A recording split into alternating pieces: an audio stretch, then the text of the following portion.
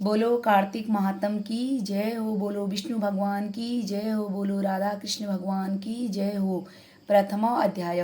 नेमिसारण सी तीर्थ में श्री सूत जी महाराज 88,000 सौनकादि ऋषियों से बोले, अब मैं आपको कार्तिक महात्म्य की कथा विस्तार से सुनाता हूँ, इसे सुनिए, जिसे सुनकर मनुष्य सब प्रकार के पापों से छूटकर अंत समय में वैकुंठ को प्राप्त करता है।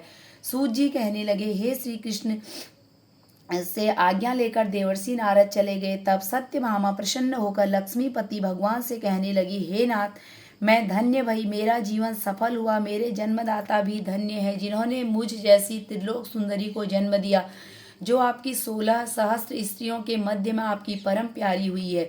मैंने वह कल्प वृक्ष आदि पुरुष आपके साथ नारद जी को विधि पूर्वक दान में दे दिया, परंतु वही कल्प वृक्ष मेरे घर लहराया करता है, जिस बात को मृत्यु लोक में कोई भी स्त्री नहीं जानती। हे त्रिलोकीनाथ, हे मधुसूदन, मैं आपसे कुछ पूछना चाहती हूँ। जो आप मुझ प्रिय से कहने की इच्छा रखते हो, तो आप मुझे विस्तार पूर्वक कार्तिक महात्म्य की कथा सुनाओ, जिसे सुनकर मैं अपना हित करूं और जिसके करने से कल्प प्रयत्न भी आप मुझसे विमुख न हो जाए।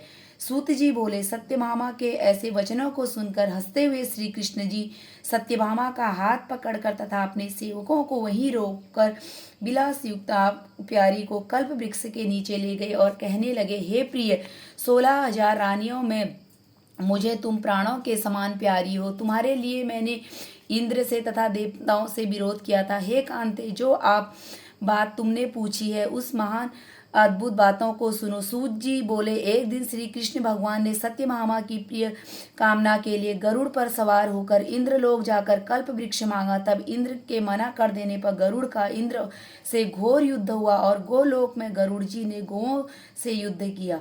गरुड़ की चोंच में चोट से उसके नाक कान पूंछ कटकर गिर पड़े। उसके रुधिर से 3 वस्तुएं उत्पन्न हुई, कान से तंबाकू, पूंछ से गोभी, खून से मेहंदी। इन तीनों का प्रयोग करने से मोक्ष की प्राप्ति नहीं होती है। तब गौओं ने भी क्रोध में भरकर गरुड़ को मारा, जिससे उनके 3 पंख टूटकर पृथ्वी पर गिरे। इनके पहले पंख से नीलकंठ, दूसरे से मोर, तीसरे से चकवा चकवी उत्पन्न हुए।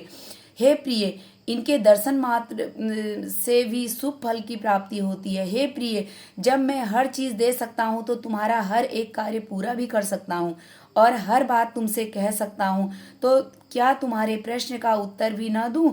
हे प्रिय, जो बात तुम मेरे से पूछो, उसका जवाब दूंगा। यह सुनकर सत्यभामा बोली, हे प्रभु, मैंने पिछले जन्म में कौन कौन से दान, तप, व्रत नहीं किए? मेरा कैसा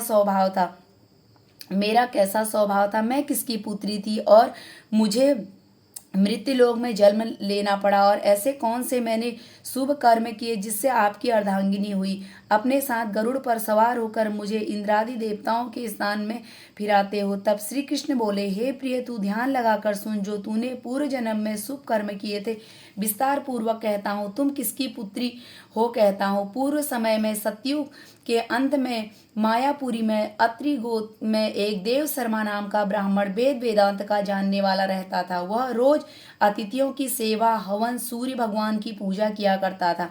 उसका तेज सूर्य के समान तेजस्वी था। उसे वृद्धावस्था में गुणवती नाम की कन्या हुई। उसका विवाह उस पुत्रहीन ब्राह्मण ने चंद्र नाम के अपने शिष्य के साथ कर दिया। चंद्र को अपने पुत्र के समान मानता था, चंद्र भी उसको अपने पिता के समान मानता था।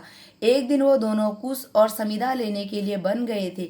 हिमालय की तलहटी में भ्रमण करते हुए उन्होंने एक राक्षस को आता हुआ देखा। उस राक्षस से भय के मारे उनके सब अंग शिथिल हो गए और भागने की सामर्थ्य नहीं रही। तब उस काल के सदृश राक्षस ने उन दोनों को मार डाला। उनके धर्मात्मा होने के कारण मेरे पार्षद उनको मेरे बैकुंठ में ले आए, क्योंकि उन्होंने आजीवन सूर्य भगवान की पूजा की थी। उस कर्म से मैं दोनों पर अति प्रसन्न हुआ। शिव, सूर्य, गणेश जी, इन सब देवी देवताओं की पूजा करने वाले सबको स्वर्ग की प्राप्ति होती है।